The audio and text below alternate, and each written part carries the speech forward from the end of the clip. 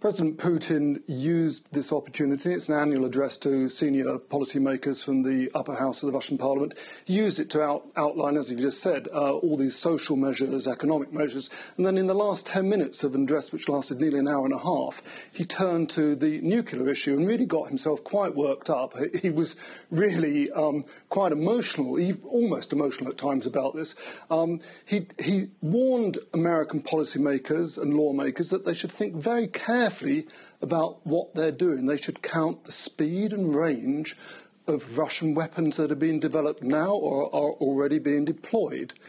He said that Russia would not deploy new weapons in Europe or any other territory where America deployed weapons unless America did first, but that it would not only target those territories where any new weapons were deployed, but would also target, as you've said, decision-making centres, by which he means Washington and other cities in America where they make weapons that are now being developed after America withdrew from the Cold War Treaty, the Intermediate Range Nuclear Missile Treaty.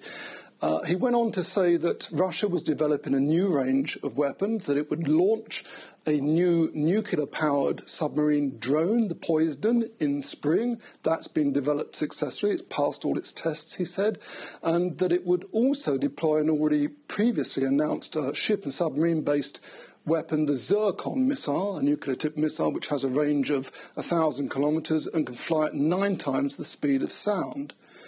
He held out an olive branch to the Europeans. He said he wanted to have better relations. He urged the European Union to work with Russia to overcome their differences and to build peace. And he again asserted that Russia would not be the first to use nuclear weapons. He's been very clear about that.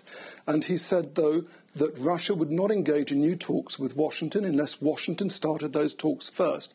He was very firm about this, and he got a lot of applause from the audience of members of the upper house, ministers and other government leaders.